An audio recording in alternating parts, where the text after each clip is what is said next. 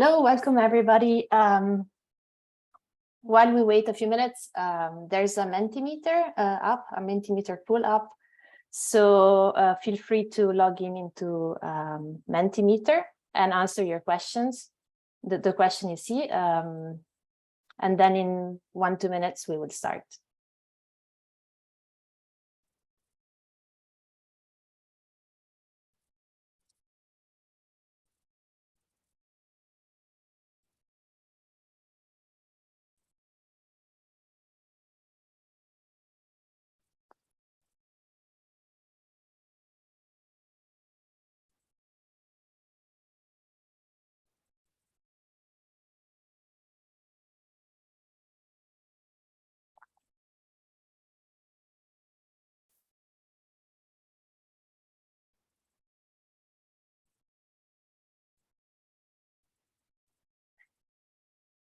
Okay, I say it again for those of you who have just joined. Welcome to the session. While we wait a few minutes, we will start in 1 minute, more or less. Feel free to log into Mentimeter and answer the question that you see on the screen, which is what comes to your mind when you think of multiple benefits of energy efficiency.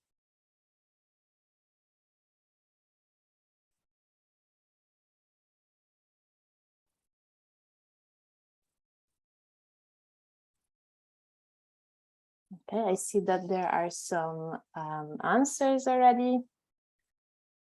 Impact assessment, competitive advantage, lower bills, air quality, well-being, jobs, better operations, health.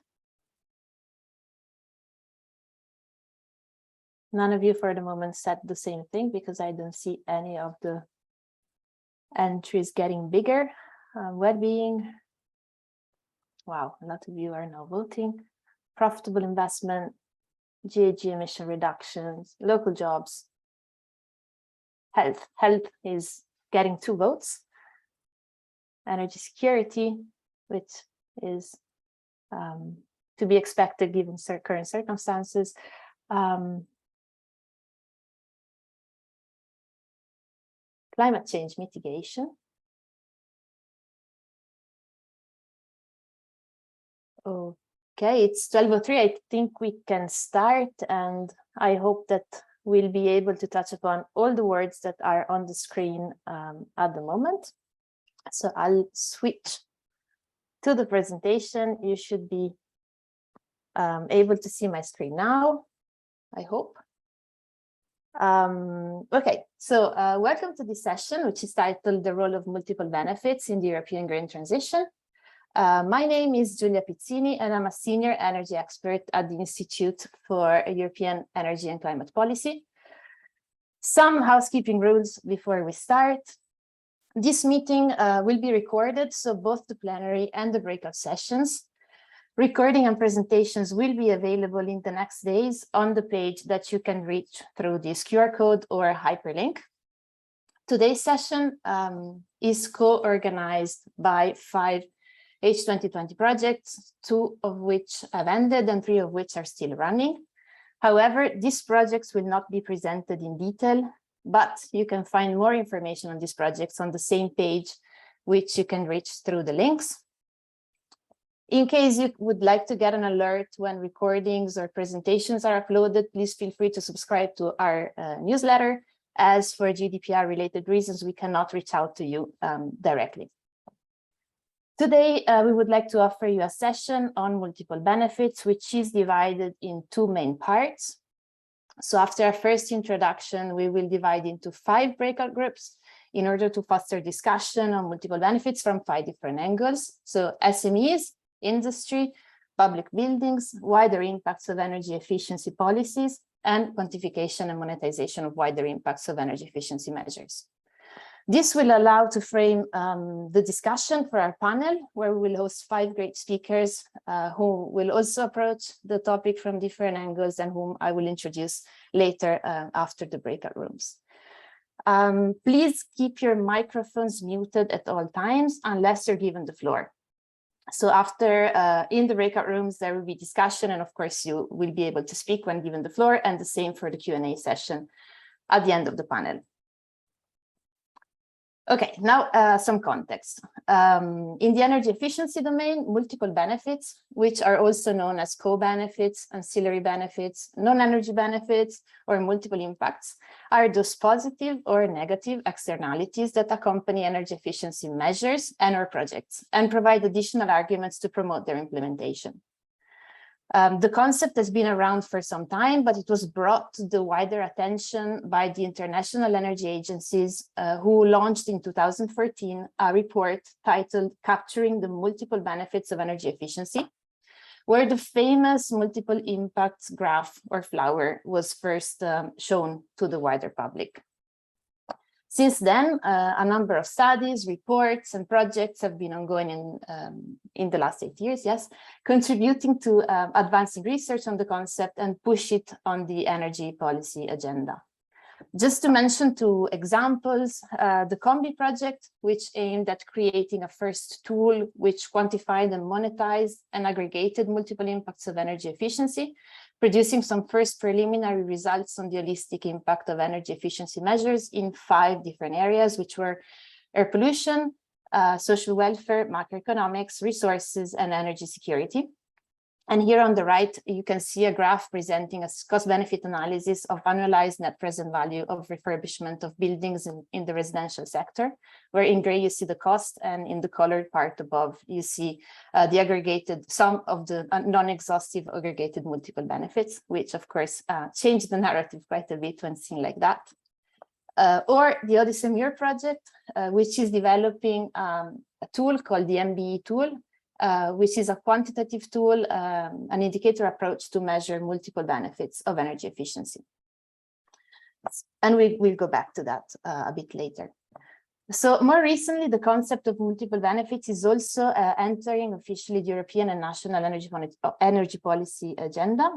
For example, the newly proposed Article 3 of the recast EED, dedicated to the energy efficiency first principle, is explicitly stating that member states shall promote, and where cost-benefit assessments are required, ensure the application of cost-benefit methodologies that allow proper assessment of wider benefits of energy efficiency solutions from the societal perspective.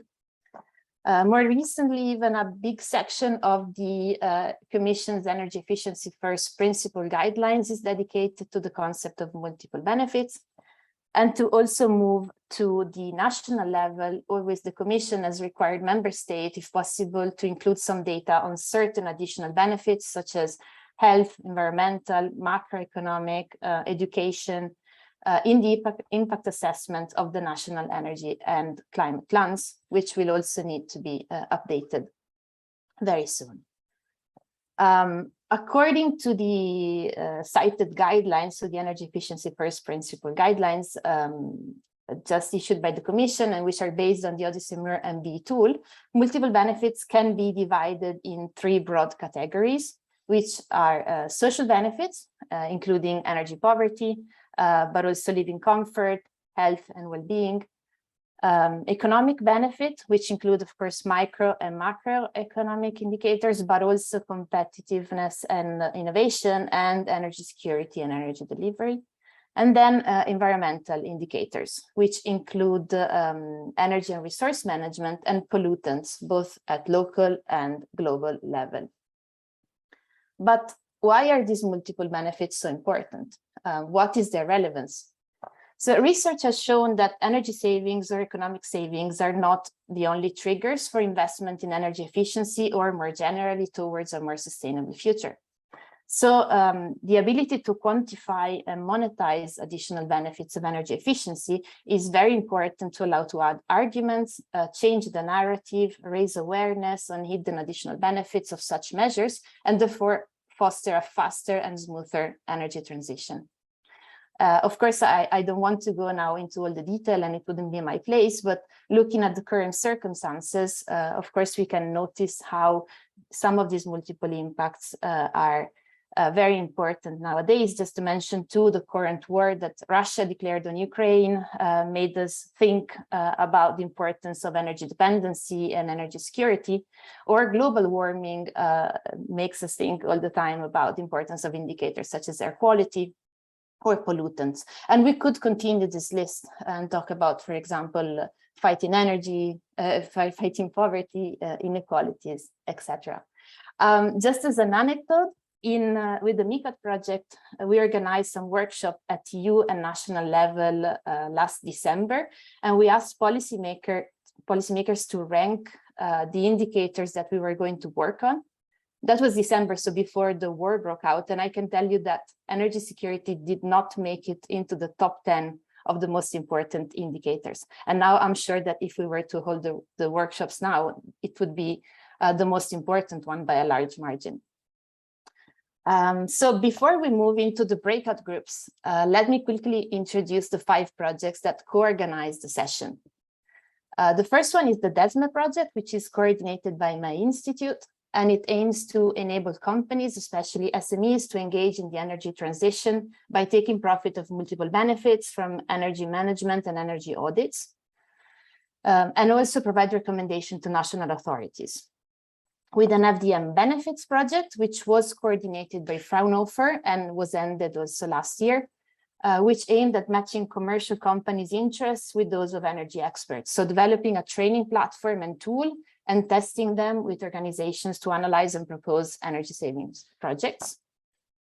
The EERAdata project, which was coordinated by the Technical University of Munich and also ended last year, which created a decision support tool aiming at supporting local and regional authorities in identifying and prioritizing building stock that could be refurbished to make it more sustainable and energy efficient.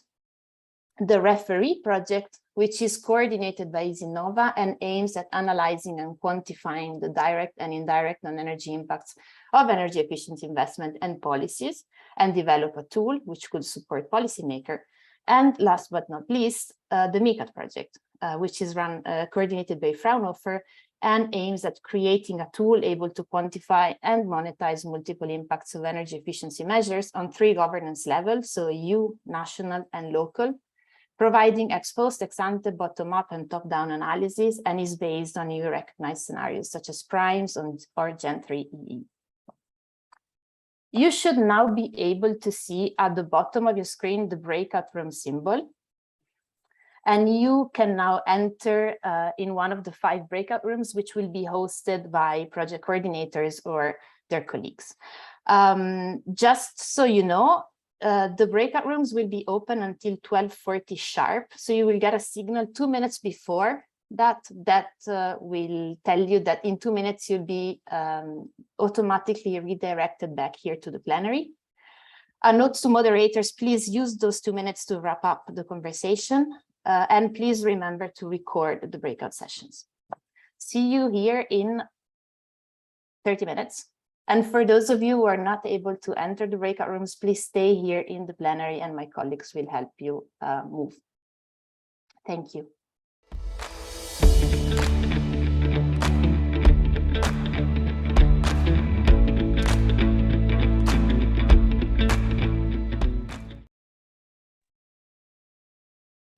Okay, welcome back, everybody. I see people are reconnecting to the plenary.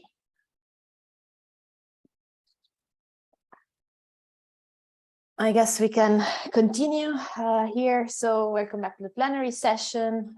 We hope you had a fruitful discussion, although short, in the breakout groups. That was not, unfortunately, our fault, but we're bound to time. I would now like to give the floor to the groups, to the rapporteurs of the group, so that they can brief us on what happened in the different rooms. I ask you to please stay within the 2 minutes so that we can be on schedule. And I would like to start with Ivana Roguli, who is Senior Energy Expert at IECP and coordinator of the DEESME project. Ivana can tell us more about what was discussed in the breakout room on SMEs. Ivana, the floor is yours. Hello everyone. That was not a part of our group, and thank you, Julia.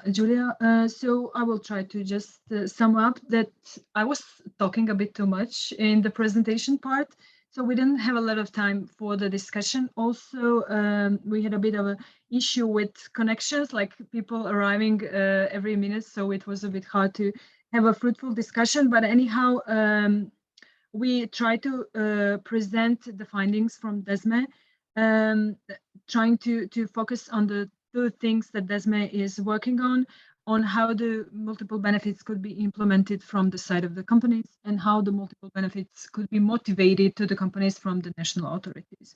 And trying to connect these two things, giving the information from the companies to the national authorities on the motivation for the energy efficiency from the aspect of the multiple benefits.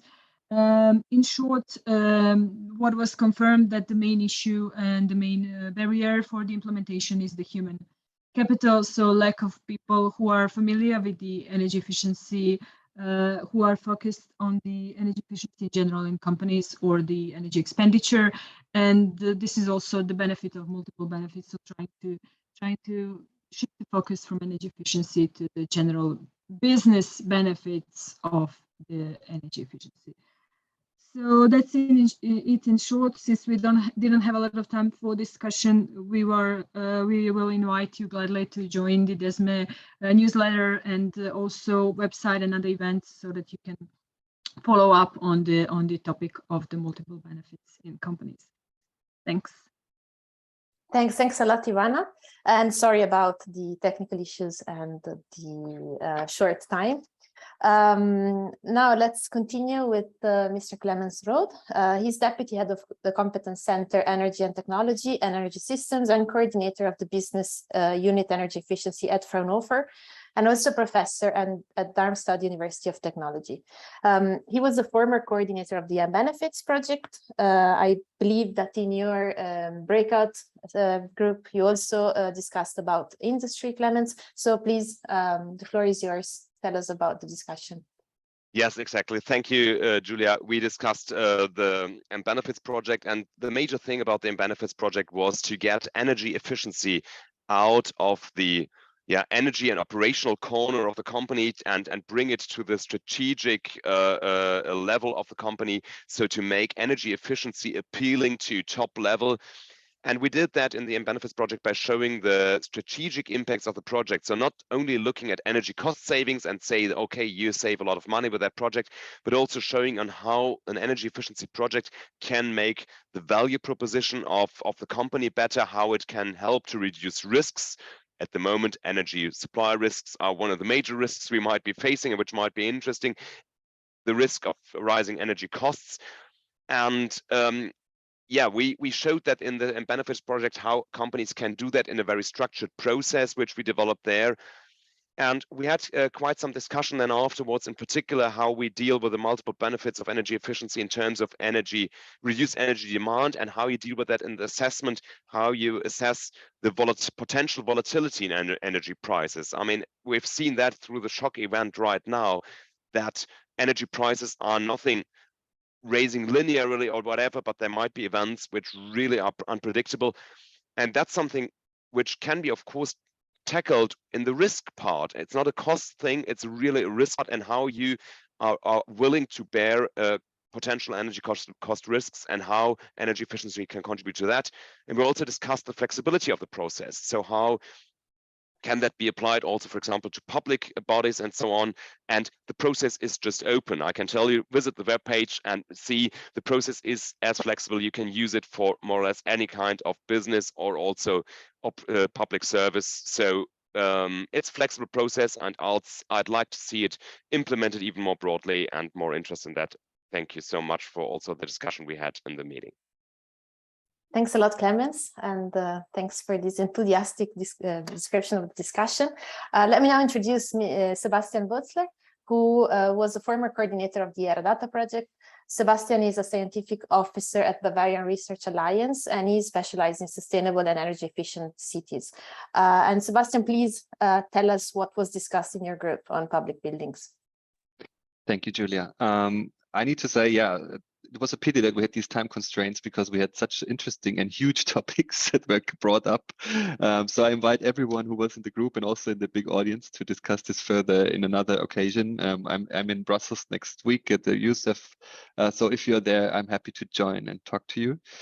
So we had actually four big topics we discussed, or which were discussed. One was the framework structure of wider benefits, so that we make our assessments comparable. So what is already happening in a life cycle assessment, for example, that we set the boundaries for assessments and make the results comparable. That this is one of the reasons, one of the big tasks in the future to set this. We had this discussion about job creation and how we evaluated it and what kind of factors we included in this assessment and how others evaluated, and we forgot, or we didn't include, for example, the public sector.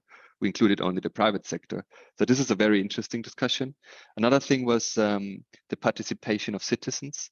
So that the information of wider benefits assessments is made publicly available and accessible by citizens and people living in the buildings, like it's some standard at LEED certification, for example, that you need to show the results on monitors and these things. Another thing is how technological planning changed, because the question was on which technological solutions one should focus considering wider benefits. And my answer, or our answer, was that including life cycle assessment, wider benefits assessment, and the focus on energy efficiency, this will change a lot how we perceive and how we plan buildings in the future, because we have now a lot of things to consider and factors to take into account, and it will. There will be much more balances to make. So what technology should be used in which building? And the last point, I think, and it's also a big topic, is the data protection and data privacy. So how can we exchange data between cities, between projects, between buildings? And it was like also in our project a big topic, because the cities couldn't make their data public. So it was not possible to learn from each cases and create something kind of like a learning database for wider benefits. It didn't work because we had to deploy our tool city by city, and it's an installable software solution, not a connected one. So this was also a big topic, how we can trigger and tackle these data issues. Yeah, that's it. And I think it was a big topics. I would love to discuss more. Thanks a lot, Sebastian. Indeed, it sounds like a very interesting discussion, and I hope that you can continue it in the future. Let me now give the floor to Camille Defer. She's a research fellow in the EU energy policy at the Jacques Delors Energy Center. She's a representative of the referee project, and I believe she moderated the session on the multiple impacts of energy policies, energy efficiency policies. Camille, please tell us more about your breakout session. Thank you, Julia. Yes, indeed. So so the referee tool will be using input from the user to allow the user to design policy scenarios. So what is interesting with the referee tool is that it allows the user to choose policy mix and to explore complementarities between policies. So we first discussed what the group thought about the proposed energy efficiency policies options that we already included in the tool, which are fiscal measures, so taxation and subsidies, as well as regulation. So overall, the group showed, great interest and approved the scope of the policies that we included. Interestingly, we also had suggestion to include training, for example, as we know that training in the workforce is very important in terms of implementation and deployment of energy efficiency policies. We also had the suggestions about how to differentiate the different uses in buildings, for example. However, the policy that referee will address overall energy use rather than individual technologies. But there was also a question about how to potentially also differentiate heating technologies, and this is something that will be addressed by the tool. And lastly, about the impacts that were quantified. So we are, of course, taking health into consideration, but there is also data availability constraints that does not allow us to take into account local specificities. So, for example, the reduction of asthma, for example, in buildings. So the referee model will really work at the national macro level. And so we will focus on air quality for the health factor. And so lastly, we just also had started a very interesting discussion around energy price and the distributional effects of energy policies. But we had to cut it short, but we'll be happy to further discuss this. So the referee tool will be, the first prototype is due by the end of this year, and we'll start the testing phase in 2023.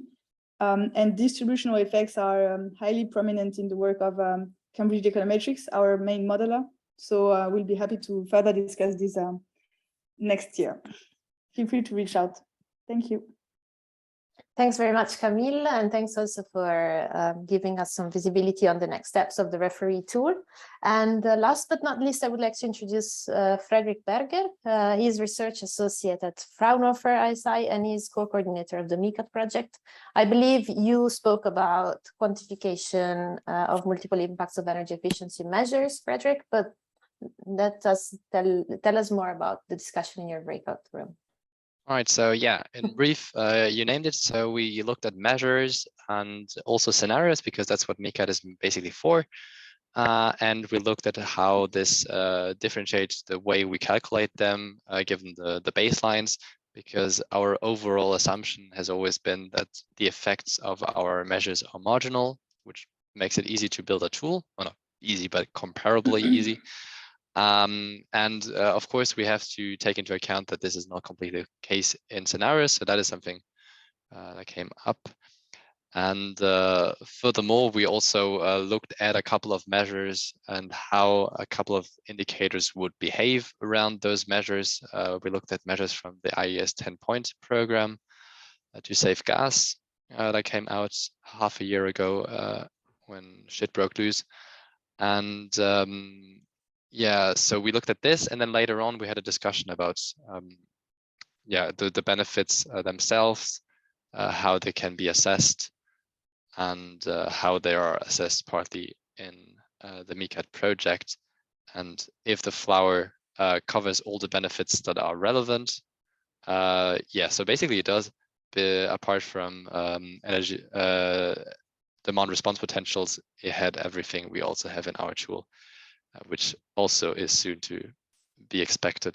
Beginning of next year, it is supposed to be done, finished. So yeah, if you want to keep updated, yeah, there's a newsletter to follow. Yeah. Thanks a lot, Frederick, and thanks to all of you. So Camille, Frederick, Sebastian, Ivana, and Clemens for this interesting discussion. I noted down some points that were mentioned, like risk reduction in industry, human capital, especially in SMEs, the skills and trainings, distributional effects, but also framework structure of the benefits and the comparability problem, participation of citizens, data protection and data availability, and also energy efficiency scenarios and baselines. So again, data need.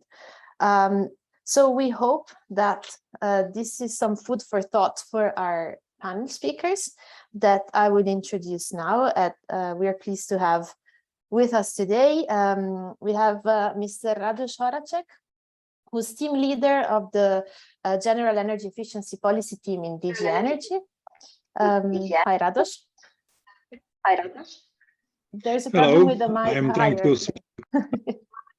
I hear you. I hear my voice again. Okay. So, hello. Okay. Do you hear me well now? We hear you. Then we have Miss Elizabeth Minjo, who's responsible for sustainable loans at BNP Paribas Fortis and president at the European Mortgage Federation and member of the EU Platform for Sustainable Finance. So welcome, Elizabeth. Hello, good afternoon. Hello, Elizabeth. We have Miss Amélie Ansel, who's project manager and EU policy expert at Energy Cities. Hello, thank you. Hi, Amélie. Followed by Mr. Roland Gladushenko, who's Energy and Climate Manager at the European Installation Manufacturers Association, EUREMA. Welcome, Roland. Hello, good afternoon, everyone. Hi, Roland. And last but not least, we have Mr. Davide Sabadin, who's a Senior Climate and Circular Economy Policy Officer at the European Environmental Bureau. Hello, good afternoon, everyone. Hi, Davide. So thank you all very much for being here. As I said before, I hope that the discussions that were presented from the breakout groups gave you some food for thoughts. So I have some questions for you. So Radoš, let me start with you. We know, and this has been discussed also in some of the breakout rooms before, that quantifying multiple impacts of energy efficiency measures is a complex multi-criteria exercise, which involves multiple dimensions, multiple policy areas, multiple directives. So shouldn't these assessments have the same importance in all the different policy areas, so not only in your own DG? And shouldn't there be a linked standard to link all the different works? Hello, good afternoon. Thank you, Julia. Definitely it shall, at least in the areas that relate somehow to energy consumption or to energy policies. And that I don't mean only the energy policies itself, also related policies like, for example, agriculture, like water treatment, like transport and other policies which closely are interlinked with the energy consumption.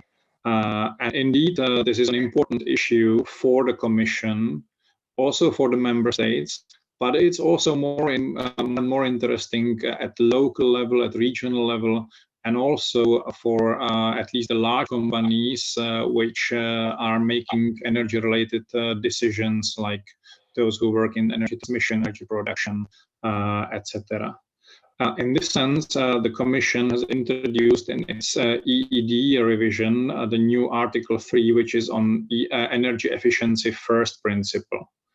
This principle applies to all planning, policy, or investment decisions that relate to energy issues.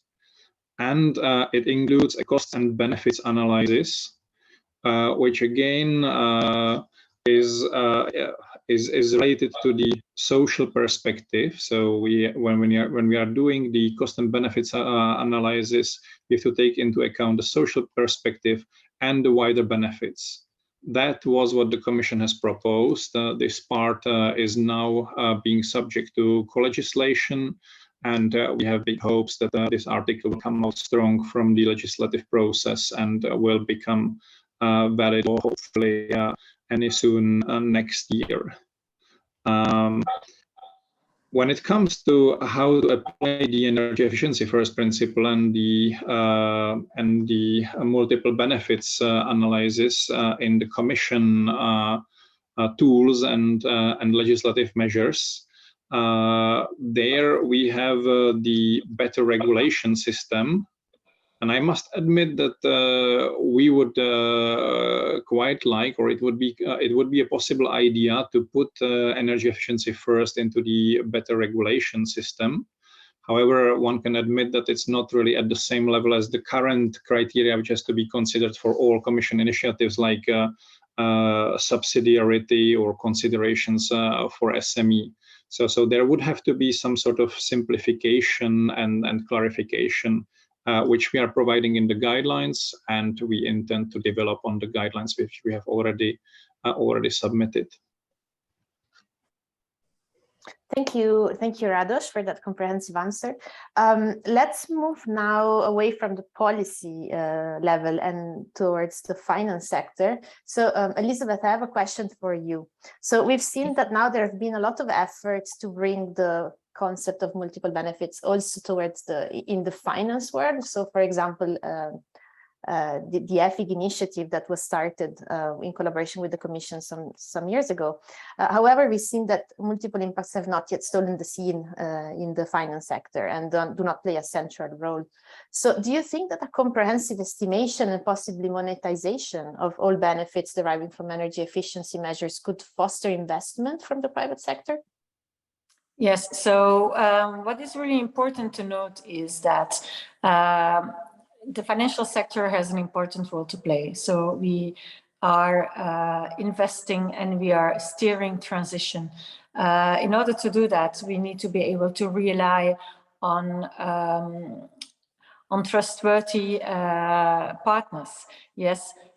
So what is very key in what we see is that customers today do not have the awareness that is needed with regard to energy efficient investments.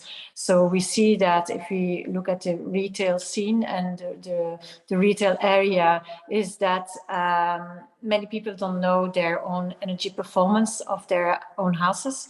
We did a research with the bank, and we posed a question to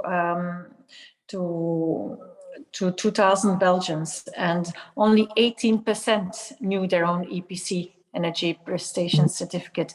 So this is very low, and even less people knew their mobility score. So this means that there's still a lot to do on awareness on one hand. On the other hand, people now starting with the energy crisis to realize better that it does really impact, there is an impact, but nobody clearly sees what they should do, how much it's costing, and how much would there be their benefit if they would do some energy efficient investments. Looking at these type of investments, I think generally for any building, one should start with reducing the use of energy and insulating the buildings, which is very, very costly, very expensive. It can really make, it's not a very quick win. And in order to do this, you need to show the business case. You need to be able to calculate for a specific building, what does it cost to do the proper insulation, and how fast will you get your return on investment? And of course, rising prices makes it that the period to have the return on investment grows shorter. But still, I mean, in the market, there is a willingness from the financial sector to look at these types of simulators, and there are some existing in the market, but it is still an area that needs to be further explored. But definitely there are some benefits, and this could really help to increase this investment in energy efficiency measures.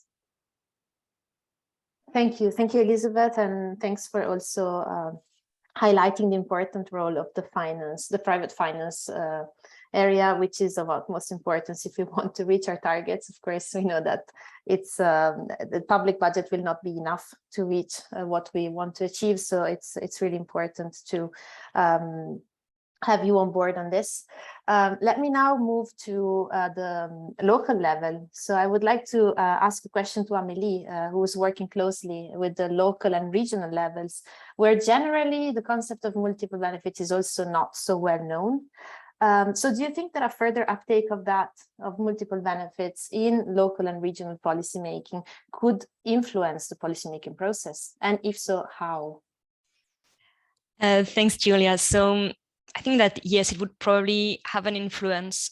However, when looking at the current situation, I would like to say that it's quite important to see that actually cities are learning about multiple benefits, about this concept, but they are learning the hard way, because you have the soaring energy prices, which have been on for at least a year. You have the war in Ukraine, and all of this has put quite a lot of pressure on municipalities, and it has forced them to embrace the concept of multiple benefits, sometimes without even knowing it. So this is something which is slowly making its way there, even if sometimes it doesn't have this name.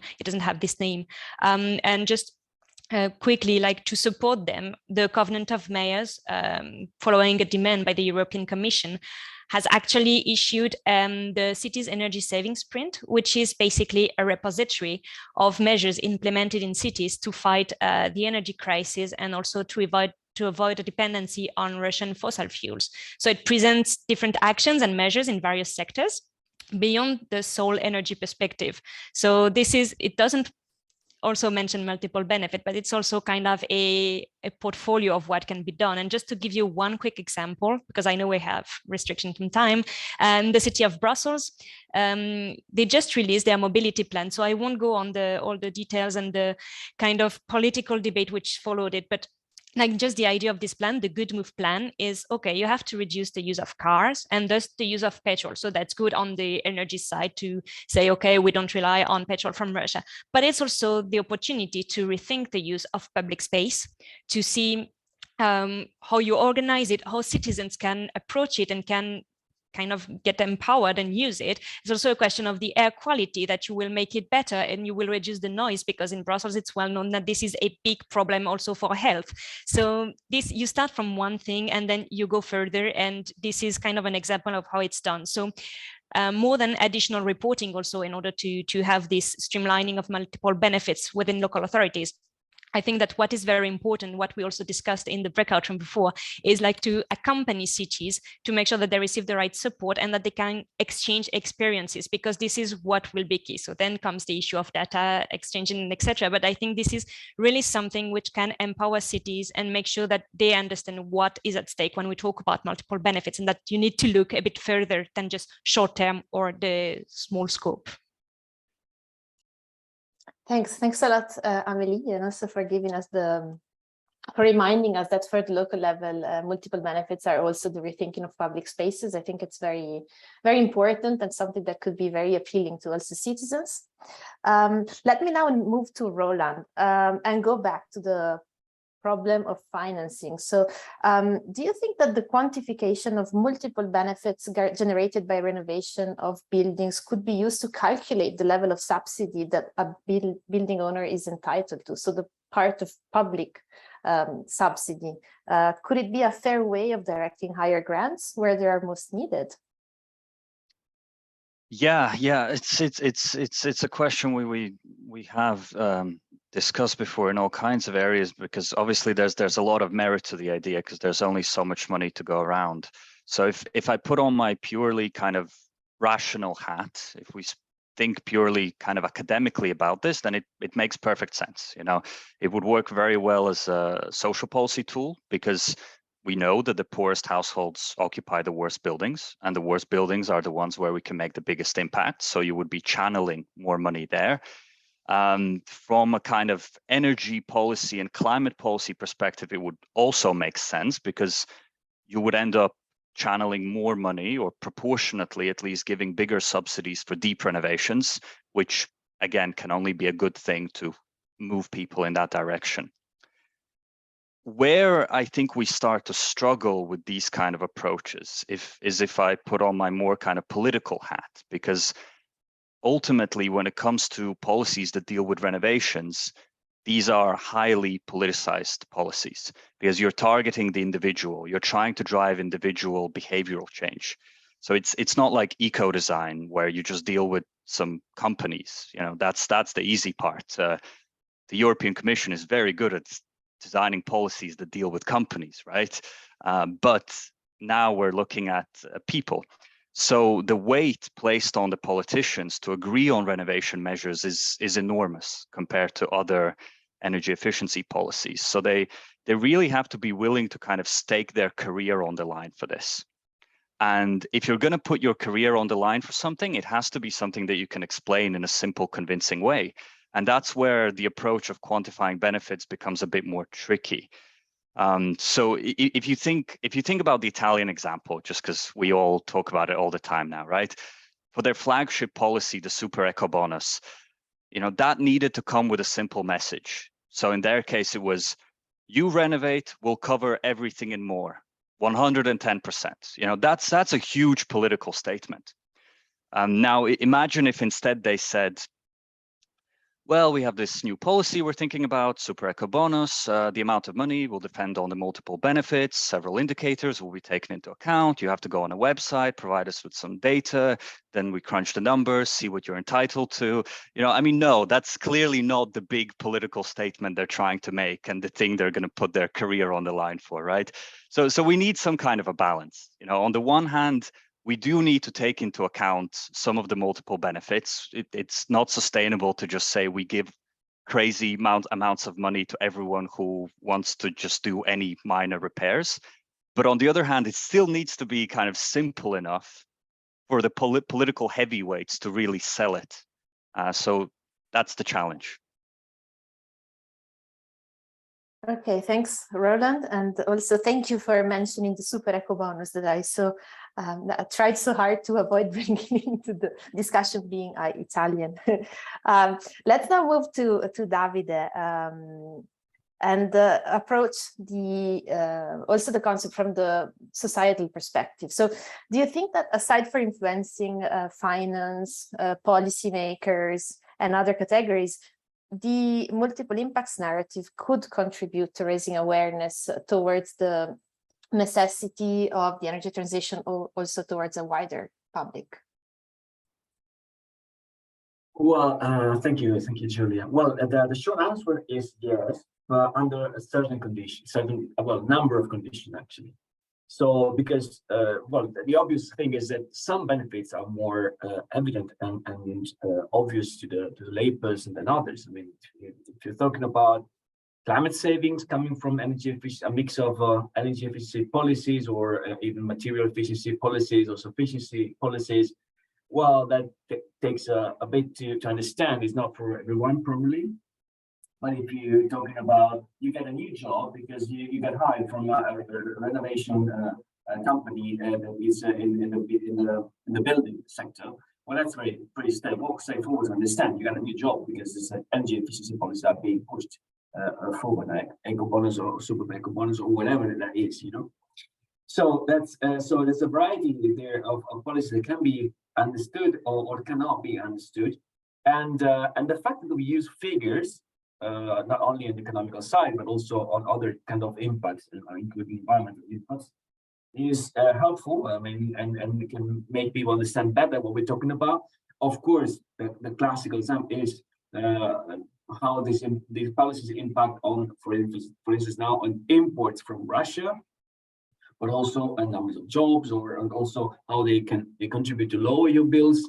And these are pretty straightforward examples. But it's not about figures. Figures are a means to an end, because the point is that energy efficiency policy should be desirable to kind of have an impact on awareness raising. And there was one of the founders of the political ecology in Italy that once said that ecological transition has to be desirable to take place. Well, if we make it desirable, therefore that this can have an impact on awareness raising, and awareness raising for a better future, for a more sustainable future. What this takes is certainly political will, as Roland just stated, and a very important role by the mass media, to actually translate this mix of policies into something really intelligible to everyone, and to have the political support that is needed. The support from citizens that is needed for politicians to take action. And it's not to be taken for granted. In these times of fake news, unfortunately, this is not like a given. So political will and media work are very, very important to promote this mix of energy efficiency policies. Thank you, Davide.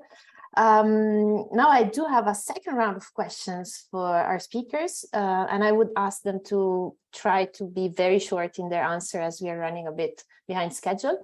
And in the meantime, I would like to ask the audience, if they have questions, to please write them in the chat, because we would like to open discussion to also participants and not only stay within us six.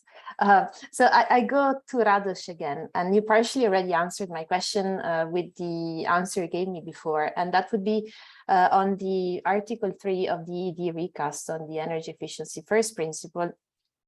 You said that could contribute to making multiple benefits more known in policy making, and use the concept a bit more. Can you expand a bit on that? And how do you really see this happening?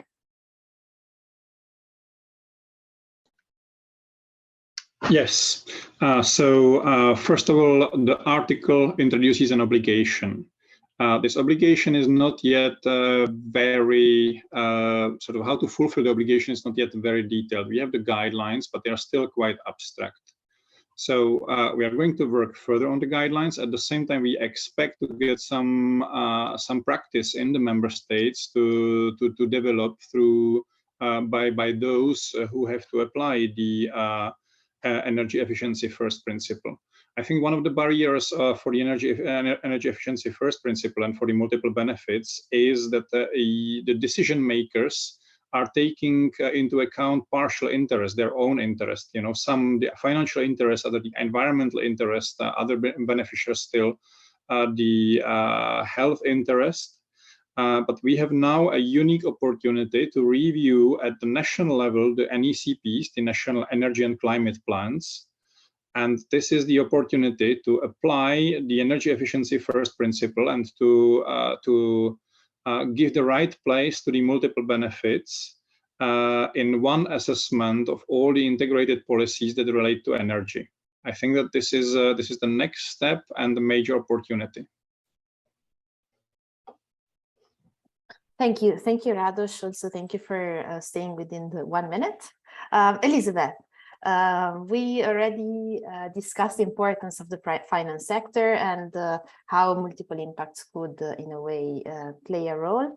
What are the difficulties that you think are the most important to tackle now in the finance sector to have a greater investment towards energy efficiency?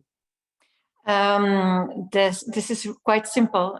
This is the access to the energy efficiency data, to be able to clearly know how energy efficient certain buildings are. Everything is regulated with the EPD. Unfortunately, in many countries, we see that financial institutions cannot access this energy efficiency data. And of course, you can ask your customer, whether it be retail or a corporate customer, to give you the assessment. But this is prone to operationally, it's very heavy. And secondly, you do not have the energy efficiency data on the assets that are already in your portfolio and are already being financed.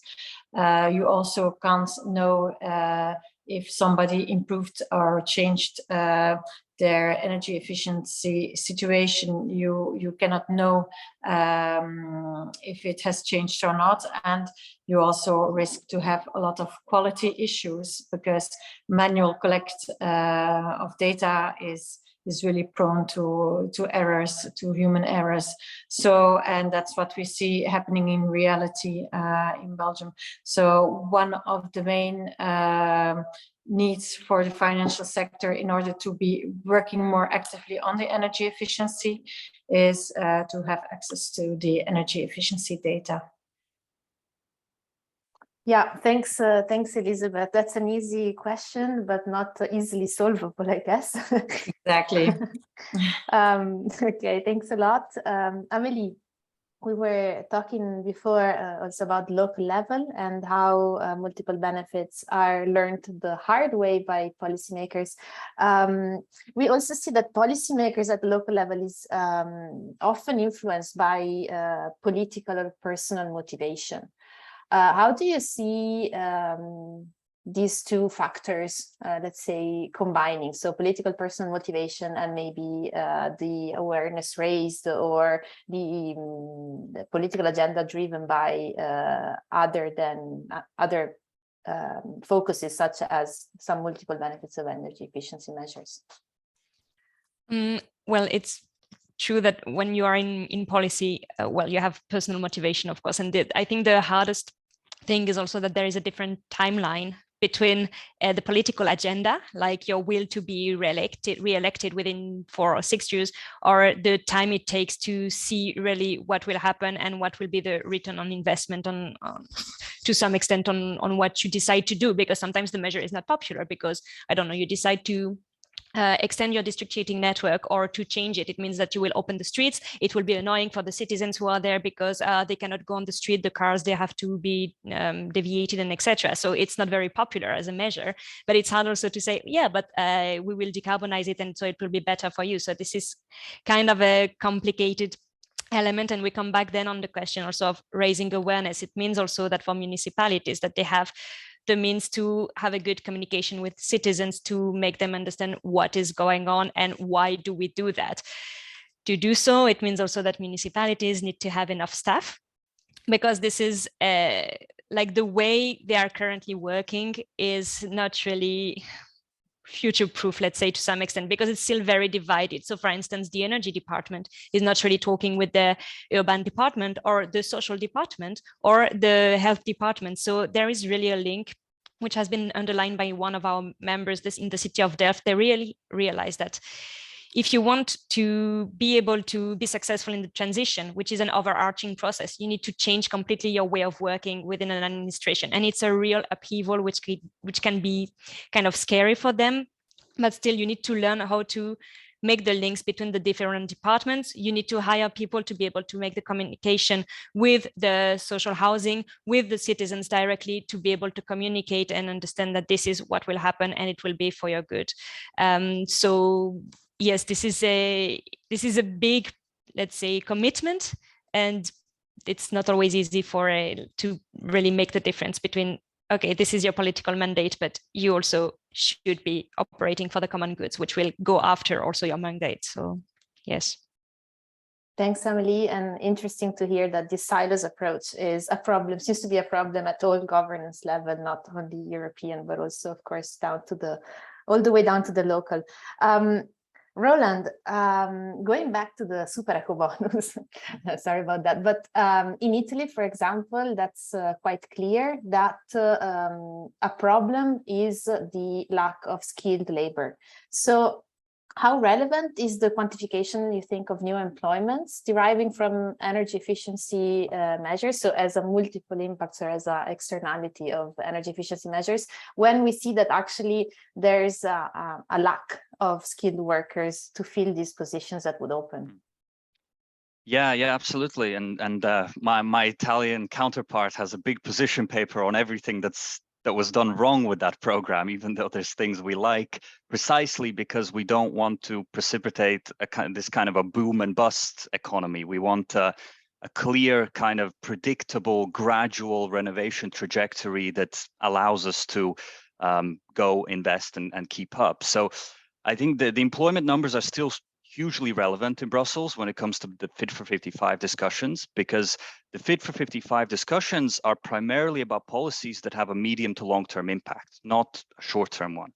And this is something we need to make clear as the construction industry. You know, over the past year, I've heard people every now and then try to undermine some of these Fit for 55 proposals on the basis that at the moment we have shortages of materials and labor. And that's clearly something we need to stand against. You know, we need to say, yes, there are still some parts of the construction sector that are struggling to keep up with demand, and we need to deal with that. And the policymaker can also play a huge role in helping us deal with that. But these are still short-term issues, and you should not be using short-term issues to undermine the long-term policies that we absolutely need in our industry for our own growth and prosperity, to give us that predictability of what's going to happen in the next 10, 15, 20 years. And then we can go invest with less investment risk and put in place the facilities and workers to make sure it's all there when needed. So yeah, basically in a nutshell, the proper conclusion should be that when a policymaker puts forward ambitious long-term measures in Fit for 55, they just complement that with some commitments on what they'll do in the short run as well. So at EUREMA, we continue to see the whole renovation agenda as a massive business opportunity. And we just need to become maybe a bit better in also explaining that to politicians. And so quantifying those employment benefits, I mean, that's one way you do that. That's often the most effective way in which you explain to politicians how their constituents will benefit in a very tangible way. Thanks a lot, Roland. also not an easy objective for the future, but thanks for that. Davide, as a very quick question, when I was at university, I remember stepping in my CBA class, and I remember this professor, Susana Morato, that was giving a value suddenly to ecosystem services, and I was quite shocked. Because there are things that for me have no value because they're so valuable, they have no real value. So what do you think are the ethical implications of some of these multiple impacts, such as cost of human lives, ecosystem services? Well, it's a really sensitive topic indeed, and there's a lot of debate about this also inside the European Environment Bureau, of course. I think we have to divide, to separate very well what is the purpose of the monetization or the, transformation into numbers of this value, and whom we're talking to. I mean, the referee project is all about policy making. Therefore, we're targeting decision makers, and they are confronted every day with such economical figures, and they need economical figures, and they need really concrete data to benchmark different sets of policies, and also to defend their energy efficiency policies towards other portfolios of policies that might be in place. So to some extent, it is it's a critical feature for decision makers and scenario building.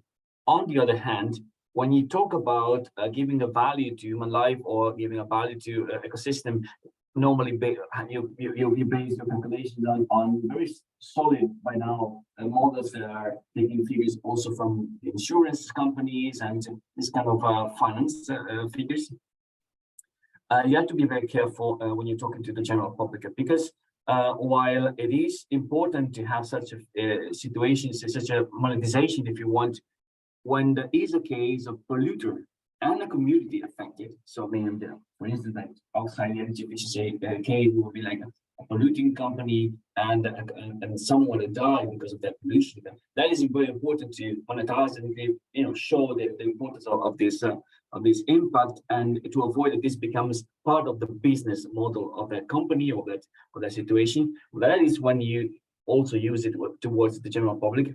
In all other cases, you have to be very aware of using this kind of monetization, because it is true that there are some values such as, well, not only the human life, but I mean, it's simply just wealth and well-being that go very much beyond the money. And this is, you cannot put a price to the fact that your grandpa, your grandma survived, lived longer, and therefore they were saved from disease because we applied energy efficiency policies. Okay, and now they're reading a bedtime story. That's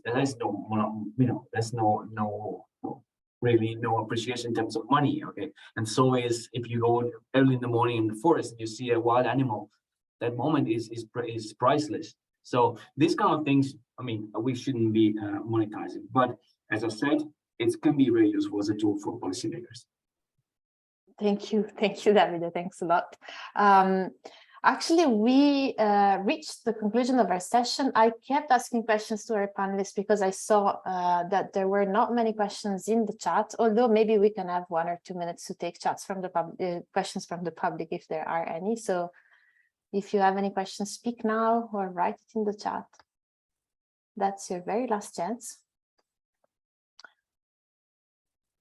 Otherwise, if I also for panelists, if you have questions to other panelists, or I'd just like to say about the Italian super bonus that there are a lot of analyses out there, and of course there are some analyses that see the bottle half empty, but others see the bottles half full, and I would be more on the second side of things I have to say. So there's a lot of interesting debates. Also, some of them also in a Cool Products campaign. You can download some in figures, but it's really, and this is an interesting case to analyze, to understand how to move forwards for policy in energy efficiency.